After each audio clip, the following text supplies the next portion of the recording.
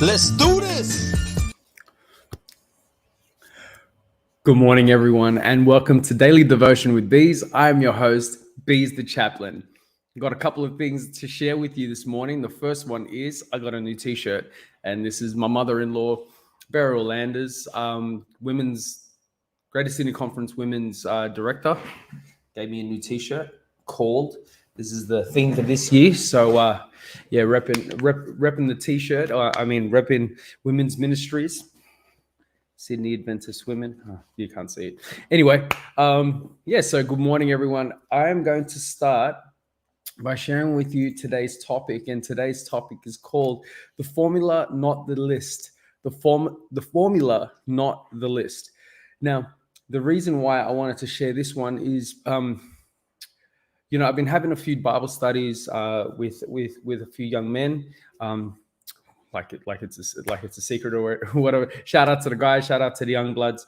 And for me, it's this idea, for me, it's a challenge or this ongoing battle or this struggle of making sure we're doing the right thing, that we're obeying the laws of God, and we're making sure that we're staying on top of it so we can do the good things, right? And there's this kind of ongoing conflict because it's like, well, I'm trying to be the best person that I can be. But really, I'm not feeling or I'm not experiencing this abundant life, or I'm not experiencing, I'm not satisfied with, I guess, this relationship with God, because God is promising me all these things if I obey His commandments. But I feel like I'm obeying the commandments, but I'm not really reaping the benefits of what He's offering me. So is there something wrong, or am I missing something? And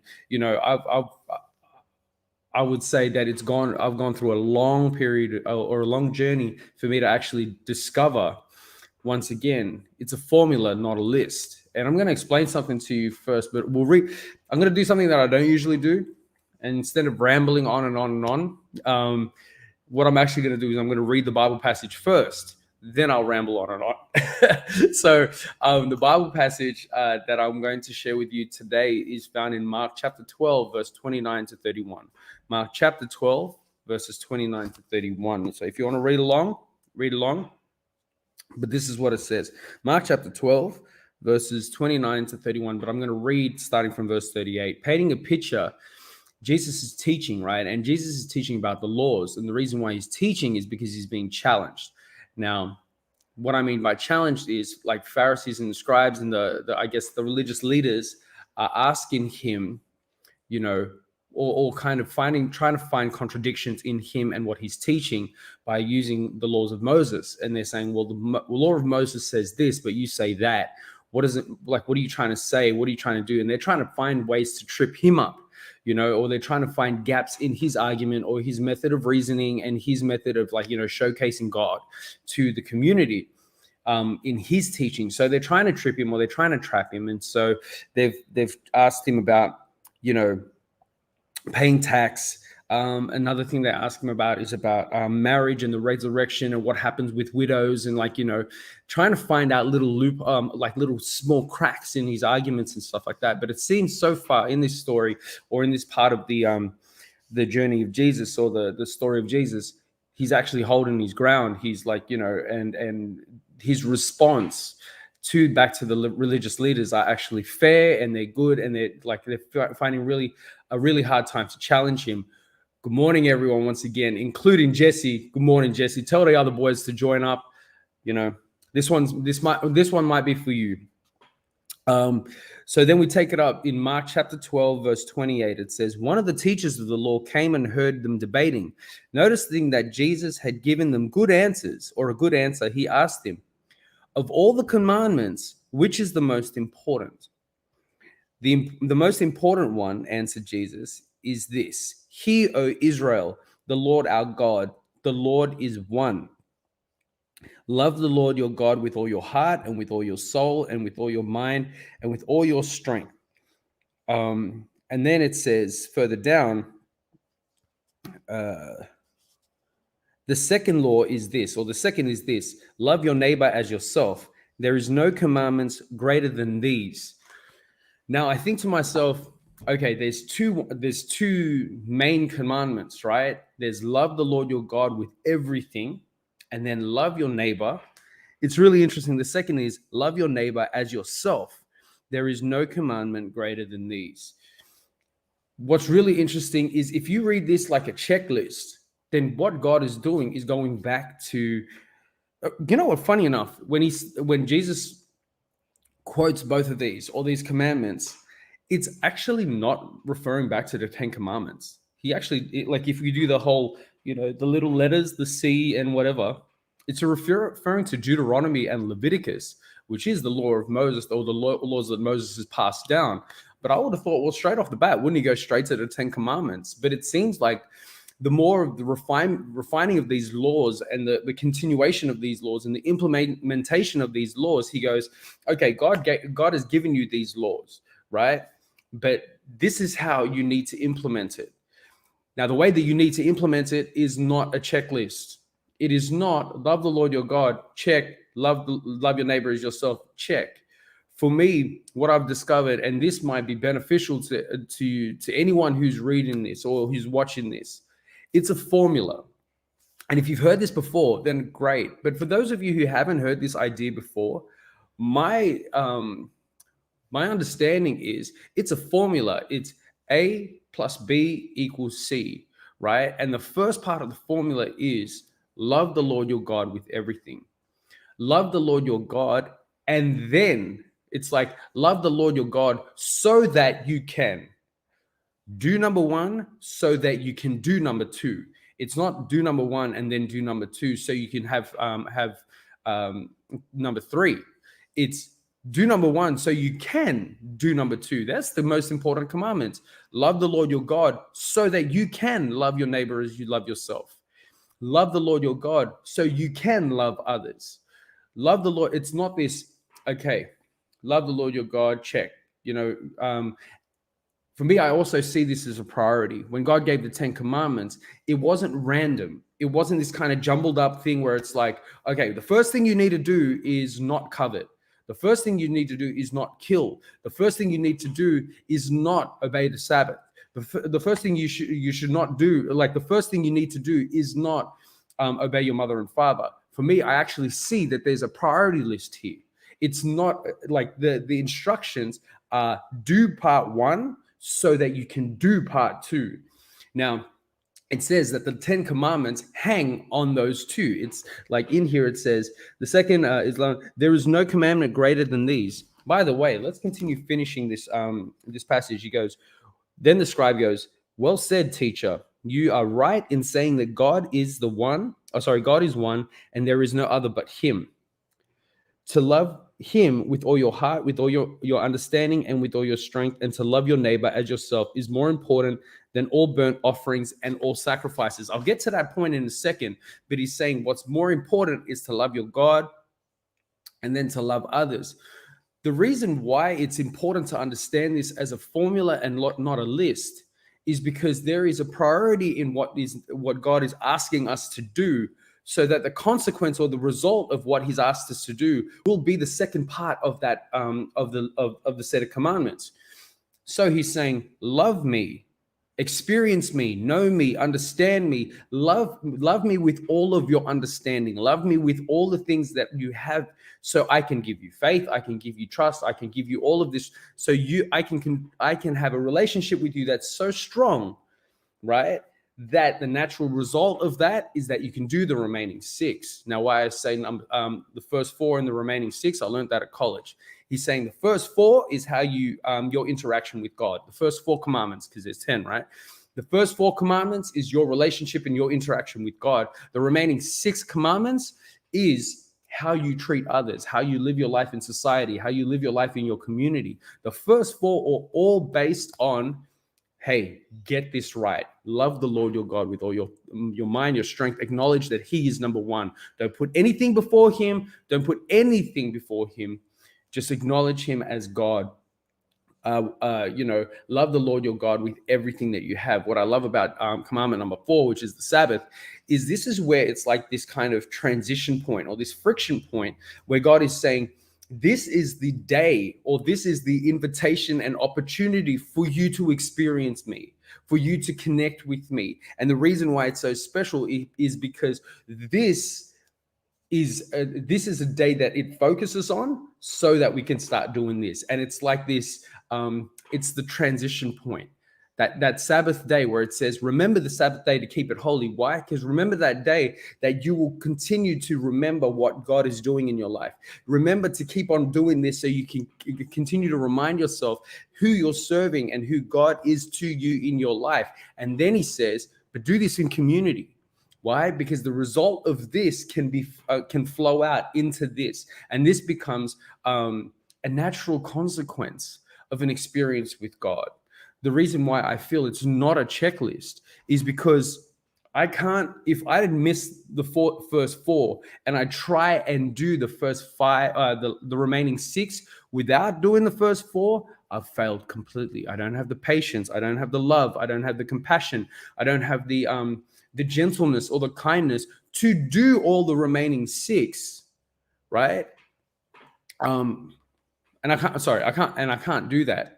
I want to give you this example, right? And this is going back to training. When I was training, like I do different types of training. Why? Because I've always had a particular body type or body shape in my mind, and different things. I've tried to apply different things in my life to achieve my goals and achieve like health and fitness goals. One of those particular ones is high interval intensity training, right? HIIT training. Now, I think back about 5, 7, 10 years ago, I started doing this thing called Insanity, right? That's where a brother named Sean T, who was a professional dancer, choreographer, created a 2-part DVD series that was for a 60-day journey to help you transform your body, right? Keeping in mind, there was a 2-part DVD series, right? There was part 1 and part 2. The reason why he said there was part 1 and part 2 is because this is for the first month. This is for the second month. And when I looked at it, I was like, well, why can't I just do them all together? He goes, the first month will help you develop, train, build your muscles, and build your body so you can do the exercises in the second month. I went to the second month, right? And I just decided to browse and stuff like that. Some of the exercises that Brother Sean wanted us to do, right, were things called bronco hops, where you're pretty much doing a handstand. You're starting in a position where you're like this, and it's an oblique exercise. And so you're on your all fours and you're twisting your body, and then you kick up with your legs and you twist your body around like you're either doing a cartwheel or a handstand, and you're just jumping from side to side. I didn't know. I had love handles. I didn't have obliques then.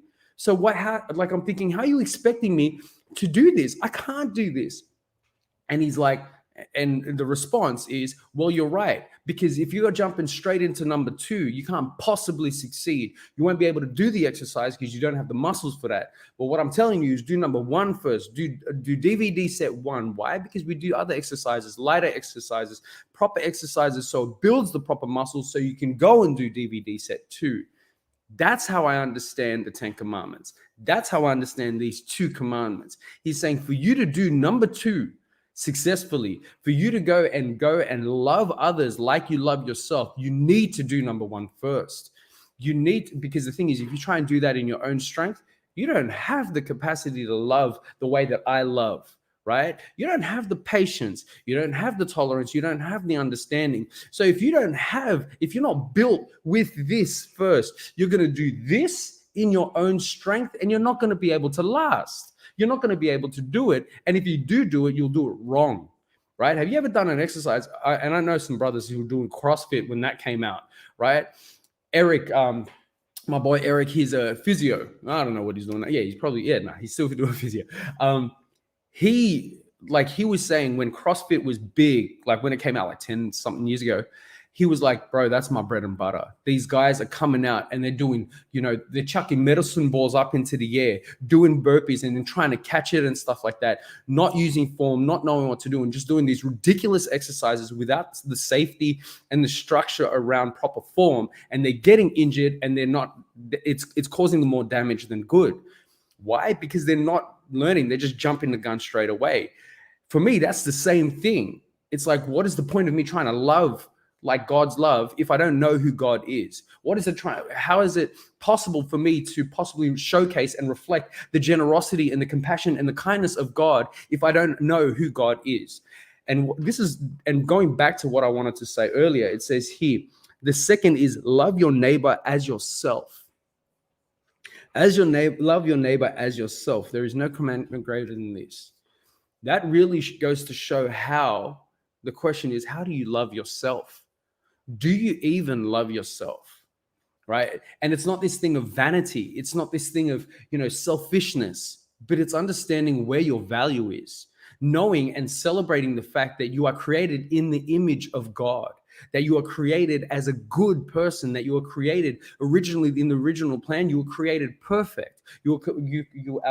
Our forefathers, like, the original parents were created in God's own image and breathed. And life was breathed into them by God himself. And there was this intimate connection. And if we don't celebrate that, we are children of God, that we are valued, that God knows every hair on our head. God knows every thought that we have. God knows every word before we even speak it. If we don't know that about God, then how do we see ourselves? If we don't have any value in ourselves, if we don't see any worth in ourselves, how can we possibly love others if we don't even know that about ourselves? So this is not a checklist. It's not, okay, I'm making sure that I'm keeping this one, keeping this one, keeping this one. It's the formula. It's saying do number one so you can do number two. Start with box set one so then you won't fail in box set two. I'll tell you, when I went back to Insanity and I did the first month of, the proper training, and these were simple exercises, push-ups, sit-ups, bicycles and all this kind of stuff. I did that for a month. That conditioned my body. So when it came back to the Bronco hops and the push-up jacks and all these explosion things, I was able to cope. I was able to do it, and I was able to do it effectively to continue to build my strength. God is telling me to do the same thing. That's why his reminder, once again, John 15:5. This is God saying, I am the vine, you are the branches. If you remain in me and I in you, you will bear much fruit. But apart from me, you won't be able to do the remaining 6. You won't be able to love other people like you love yourself. Why? Because without me, you won't even know what love is for yourself. So what I want to celebrate, I don't know why I'm going so hard here, right? What I want to celebrate is the fact that God has given us a formula. God has not given us a checklist that we have to be obedient to. God is saying this is the formula of success. This is the formula of an abundant life. This is a formula where you will have satisfaction in living this abundant life, not just for eternity, but right here. Right? Not just for when Jesus comes again and for heaven. He's saying, but for right here, this is the formula. Love me with everything. Love me with all of your understanding, all of your strength, all of your mind, all of your heart. And then as a result of that, what will happen is naturally you will be able to love others as you love yourself. It took me, I think the hardest thing for me to do was to understand and discover how I could love myself. Right? Because I could love others. I could love others because I was brought up in a family or a community where we showed love and we showed, not so much affection, but we showed love and generosity and care and to others, right? So it was like it was conditioned in my body. I was conditioned to be a nice guy, right? But the thing is, did I love myself? Nah. It took me ages to realize that. And God is saying, without this, you're not going to know, and you're not going to know how to love self. You're not going to know how to experience the value of what God has, and what God has created. And saying, God is saying you are a masterpiece. God is saying you are, one of the, you are the crown jewel in the story of creation, right? God is telling me this, and if I don't know that because I don't have this, I'm not going to be able to love others because I don't love myself. Killing the point, don't want to kill the point. But what I wanted to leave you with is this. The 10 Commandments, the laws of God, is not a checklist that we need to be obedient to without God. Because if we try and do that, we're going to fail, and we'll fail miserably. We're doing it in our own strength, and it's not going to work out. If you haven't tried that, you can if you want. But as a person who fails miserably and it doesn't work, and you're setting yourself up to fail if you're trying to do it like a checklist. What I encourage you to do is see this as a formula. He's saying, Love God so you can love others as you love yourself. Love God with all your heart, your mind, your soul, your strength, and with all your understanding, so that as a result of that, he will reveal himself to you by the power of the Holy Spirit. So then you will be able to celebrate what God has done in your life, what God is doing in your life, and what God will do in your life. You'll be able to celebrate salvation found in grace, in God. You'll be able to celebrate hope found in Jesus Christ. You'll be able to celebrate value of self and worth, pardon me, provided and revealed to you by the love of Jesus Christ. And then ultimately, as a result of that, you'll be able to celebrate that with other people. You'll be able to go out into the world and love others because you are loved, because you know love, and you'll be able to love and appreciate yourself because of what God is doing in your life. So you'll be able to do the same for others as well. That's what I wanted to leave with, and that's what I wanted to kind of really share with you today. It is not a checklist. It is a formula. And once again, I'll leave it at that. I'll pray, and then I'll have a couple of comments afterwards. But I hope that God is able to speak to you today and say and remind you, hey, this is a checklist. Oh, sorry, it is a formula. It's not a checklist. It's a formula for you to experience God so you can love others as you love yourself. Let's have a word of prayer. Heavenly Father, thank you so much for once again this morning, another day, a beautiful sunny day, that we can connect and have an experience of who you are. Lord, I pray that when you give us commandments that we need to obey, that we can see it as an opportunity, that we see it as a formula, a blueprint, a framework, a plan for us to live an abundant life, a life where we can be satisfied, and a life that we can be fulfilled by you.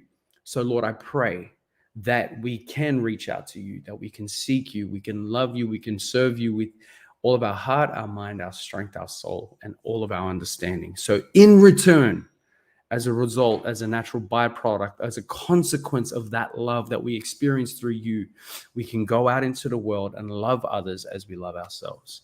I pray that you be with us now. I ask this all in your loving name. Amen. Thank you so much for joining me on Instagram Live, Facebook, Twitch, and YouTube Live for Daily Devotions with Beez. Just also want to mention, I know that there are a few people on this platform or on the platforms who are really struggling because they've been conditioned maybe with this idea of salvation by works over salvation by grace. And so they will see it as a checklist and they're like, Beez, this is really not sitting right with me. I'm really conflicted of what you're trying to tell me about this whole, it's a formula and not a checklist, because I've been trying really hard to do this and I think I've got it down pat. Cool. Reach out to me. Let's have a conversation about it, right? Because once again, I could be completely wrong, but the reason why I'm telling you this and sharing this with you is because this is the experience that I've had, and this is how I feel that it definitely works for me. And it's not this kind of thing of subjective truth and all this relative truth. All that. No. This is my personal testimony that the way that God has taught me to do this, I have the capacity to love selflessly because of Jesus, not because of me, because of Jesus. And I'm going to go preach again, but I don't want to preach. All I want to say is if you're conflicted or if you're really struggling with this idea, reach out to me. Let's have a conversation about it, because I would really love for you to experience Jesus Christ authentically and experience the love of God and experience this abundant life if you're not already. Okay, I'm gonna leave it at that. Tomorrow is another day. Hopefully it's going to be a scorcher today for the guys for the people in Sydney. So stay cool. As you can tell, the colors are a bit faded. It's because it's a bright sunny day. This is what happens naturally in the studio. Anyway, I'm going to bounce. Got to head over to the prison. But yeah, I want to say have a great day. I'll see you tomorrow at 7:30 for another daily devotion with Beez. In the meantime, stay safe. I was too busy looking at my t-shirt. Thanks again, Mama Bears, for the t-shirt. It looks awesome. Anyway, I'll see you tomorrow. In the meantime, stay safe, stay blessed. Peace out. Much love. Thank you for joining, Nancy. I really appreciate the support. Hope you have a great day as well. Bye.